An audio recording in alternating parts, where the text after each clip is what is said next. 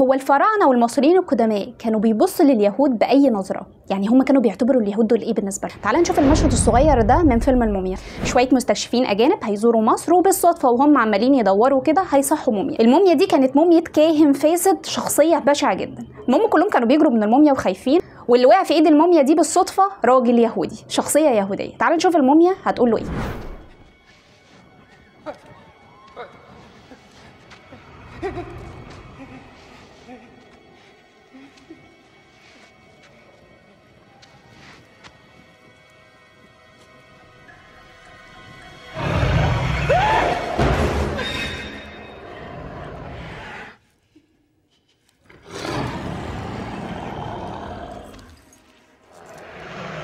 May the good Lord protect and watch over me as a shepherd watches over his flock.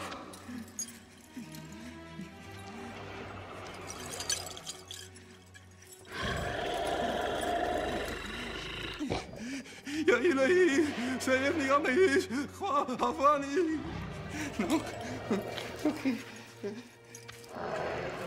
Chocho, Musa, Baum.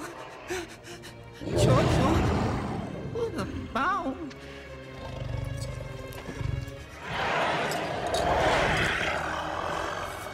Wat is dit net?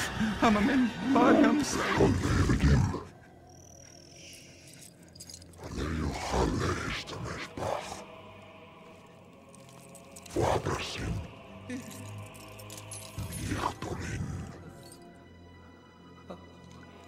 My prince.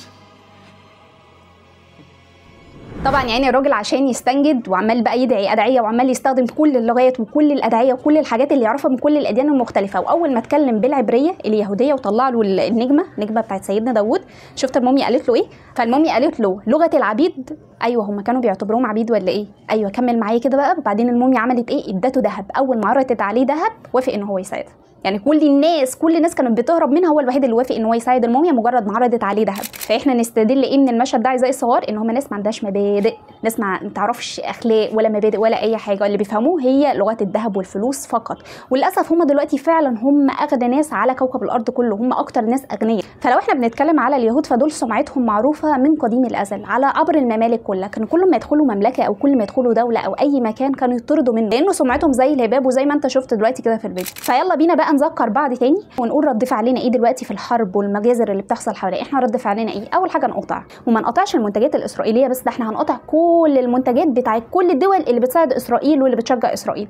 ده اول حاجه. تاني حاجه ننشر بقى بوستات كتير وفيديوهات كتير بقى ليها علاقه بقى باللي بيحصل، ونبتدي احنا نبقى صوتهم، يعني احنا اللي في ظهرهم واحنا اللي بننشر عنهم وبنتكلم عنهم. تالت حاجه بقى ان احنا ندعي ربنا كتير عليهم، وان ربنا يولع فيهم وينصر اخواتنا في غزه.